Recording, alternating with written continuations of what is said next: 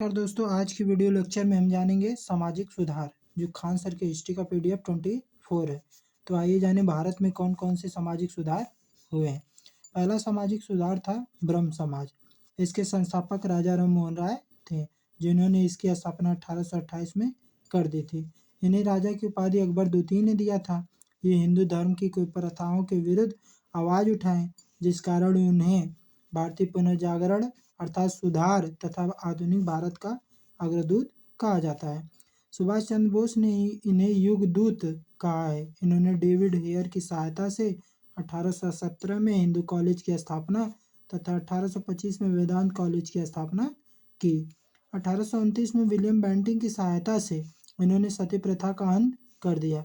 इन्होंने सती प्रथा का घोर विरोध किया और अपनी पुस्तक संवाद कौमुदी के माध्यम से इन्होंने विरोध जताया था। इन्हें फारसी, बंगाली, अंग्रेजी तथा उर्दू का अच्छा ज्ञान था। इन्होंने सर्वाधिक पत्रिका फारसी भाषा में लिखी। 1821 में संवाद कौमुदी बंगाली भाषा में तथा 1822 में मीरातुल अखबार फारसी भाषा में प्रकाशित हुई। 1833 में लंदन में मेनिंजाइटिस के कारण इनकी मृत्यु हो गई। इनके दो प्रमुख शिष्य देवेंद्र नाथ टैगोर तथा केशव चंद्र सेन थे। इनके बाद 1843 में देवेंद्र नाथ टैगोर ने ब्रह्म समाज का नेतृत्व किया। देवेंद्र नाथ टैगोर तथा केशव चंद्र के बीच मतभेद हो गया, जिस कारण इन दोनों ने ब्रह्म समाज को छोड़ दिया। देवेंद्र नाथ टैगोर ने 1865 में भारतीय आदि ब्रह्म समाज की स्थापना की, जबकि 1865 में केशव चंद्र सेन ने एक नया समाज नवीन ब्रह्म समाज या भारतीय ब्रह्म समाज की स्थापना की। आर्य समाज, दूसरा सामाजिक सुधार आंदोलन आर्य समाज रहा। इसके संस्थापक दयानंद सरस्वती थे। दयानंद सरस्वती का जन्म गुजरात में 1834 में हुआ था। इनका वास्तविक नाम मूलशंकर था। इनके गुरु वेदानंद जी थे। इन्होंने आर्य समाज की स्थापना 1875 में मुंबई में कर दिया और 1877 में इसकी शाखा लाहौर में खोली गई। आर्य समाज का नारा था कि भारत भारतीयों के लिए है, जबकि दयानंद सरस्वती जी का नारा था वेदों की ओर लौटो। दयानंद सरस्वती ने सती प्रथा, बाल विवाह, पर्दा प्रथा आदि का विरोध किया, किंतु महिला शिक्षा तथा विधवा पुनर्विवाह का समर्थन किया।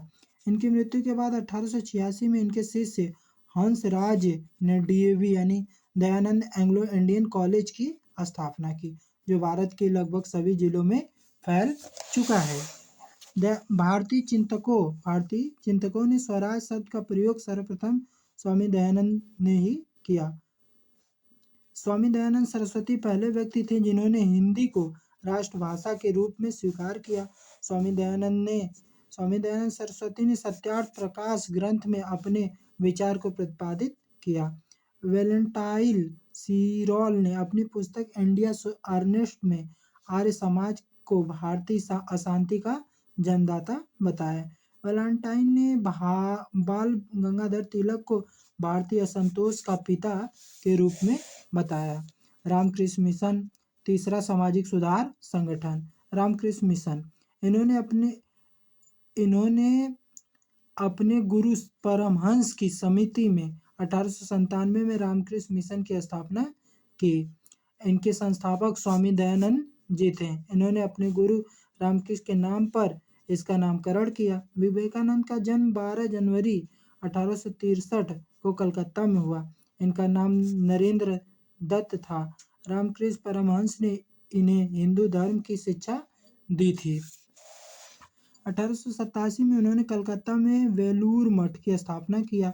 1893 में इन्होंने ऐतिहासिक शिकागो धर्म सम्मेलन में भाग लिया और इन्होंने अमेरिका के न्यूयॉर्क में वेदांत सोसाइटी की स्थापना की। 1896 में कर दिया।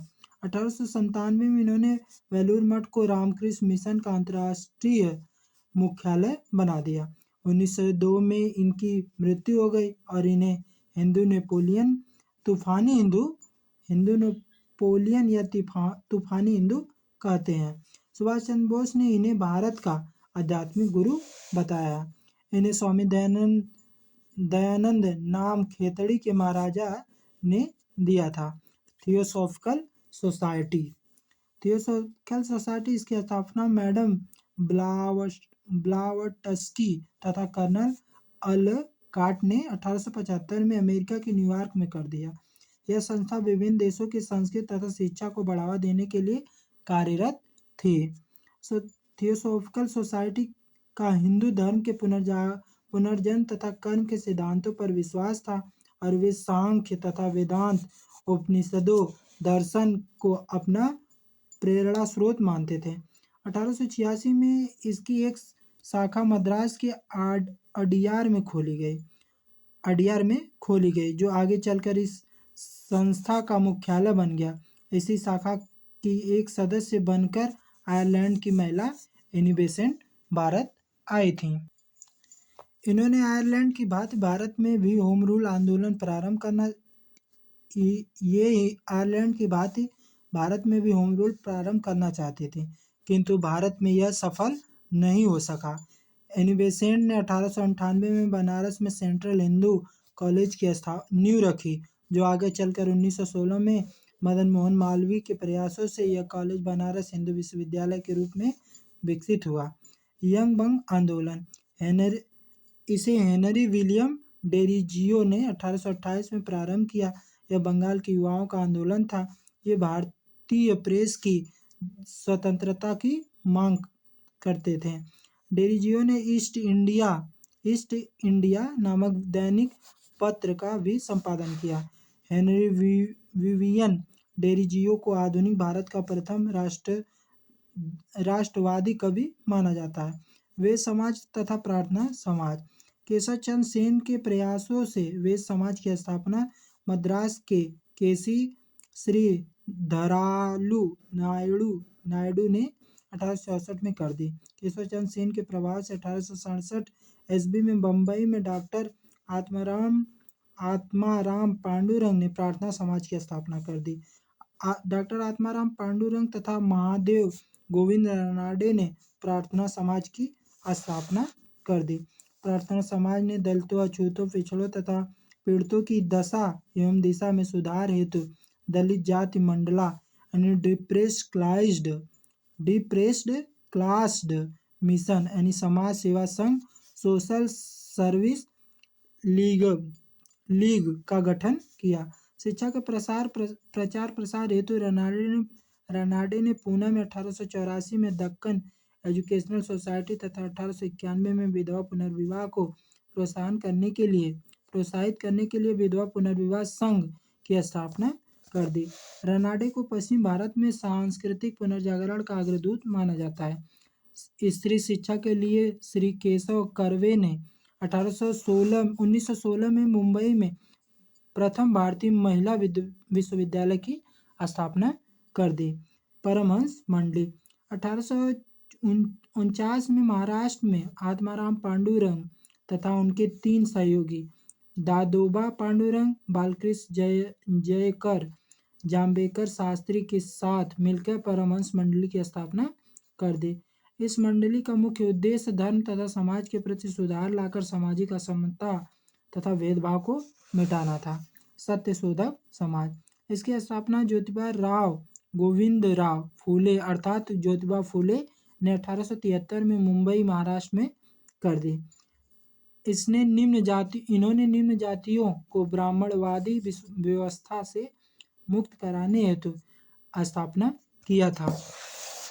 ज्योतिबा फूले की एक पुस्तक गुलामगिरी का प्रकाशन हुआ, जिसमें ब्राह्मणों को प्रभुत्व चुनौती दी गई और पुरोहित वर्ग को समाज का शोषक सिद्ध किया गया। वायकोम सत्याग्रह, यह आंदोलन केरल में 1924 में चलाया गया। इस आंदोलन का मुख्य उद्देश्य मंदिर में निम्न जाति का प्रवेश को लेकर चलाया गया था। इस आंदोलन का नेतृत्व श्री नारायण गुरु ने किया था। नारायण गुरु ने कहा था कि मानव के लिए एक धर्म, एक जाति और एक ईश्वर है। अरुविपुरम आंदोलन 1888 में नारायण गुरु के ही द्वारा चलाया गया था। कुछ अन्य महत्वपूर्ण सामाजिक कानून, governor general Lord William Bentinck ने 1829 में अधिनियम 17 द्वारा सती प्रथा और गैर कानूनी घोषित कर दिया। शिशु हत्या, राजपूताना उत्तर प्रदेश प्रांत और पंजाब में कन्या हत्या का प्रचलन था, जिस पर रोक लगाने हेतु 1870 में प्रभावकारी कानून बनाए गए। विधवा विवाह विधवा विवाह को प्रोत्साहन देने की हेतु जुलाई 1865 में गवर्नर जनरल काउंसिल के सदस्य जेपी ग्रांट ने एक अधिनियम प्रस्तुत किया, जो 13 जुलाई 1856 को पास हुआ। इसे विधवा पुनर्विवाह अधिनियम 1856 के नाम से जाना जाता है। ईश्वरचंद्र विद्यासागर के प्रयास से पहला विधवा विवाह श्री चंद्र विद्या रत्न और काली मती देवी का हुआ था। नरबली प्रथा हार्डिंग ने गोंड जाति में प्रचलित नरबली की प्रथा को कानून बनाकर समाप्त कर दिया। बाल विवाह को समाप्त करने के लिए केशव चंद्र सेन ने 1870 में इंडियन रिफॉर्म एसोसिएशन की स्थापना की। केशव चंद्र सेन के प्रयास से सरकार ने 1872 में बाल विवाह अधिनियम बनाया, जिसमें लड़कियों के लिए न्यूनतम उम्र 14 वर्ष निर्धारित कर दी गई। बहरामजी मालावारी के प्रयत्न से 1891 में समिति आयु अधिनियम एज ऑफ कंसेंट एक्ट के द्वारा 14वें में नियम के तहत बालिका के विवाह की उम्र घटाकर 12 वर्ष कर दिया गया। हरविलास शारदा के प्रयत्न से 1930 में शारदा अधिनियम लाया गया, जिसमें लड़कियों की विवाह की उम्र 14 वर्ष निर्धारित 1949 में 15 वर्ष तथा 1978 में लड़कियों के लिए विवाह की उम्र 18 वर्ष निर्धारित कर दिया गया। मुस्लिम सुधार आंदोलन बहावी आंदोलन इसका प्रारंभ बरेली से हुआ, किंतु पटना इसका केंद्र बन गया। यह पश्चिम संस्कृत का विरोध करते थे। इसके संस्थापक सैयद अहमद बरेली थे। यह सबसे संगठित आंदोलन था। बंगाल में बहावी आंदोलन का नेतृत्व सैयद अहमद बरेली के शिष्य मीर निसार अली टीटू मीर ने किया था।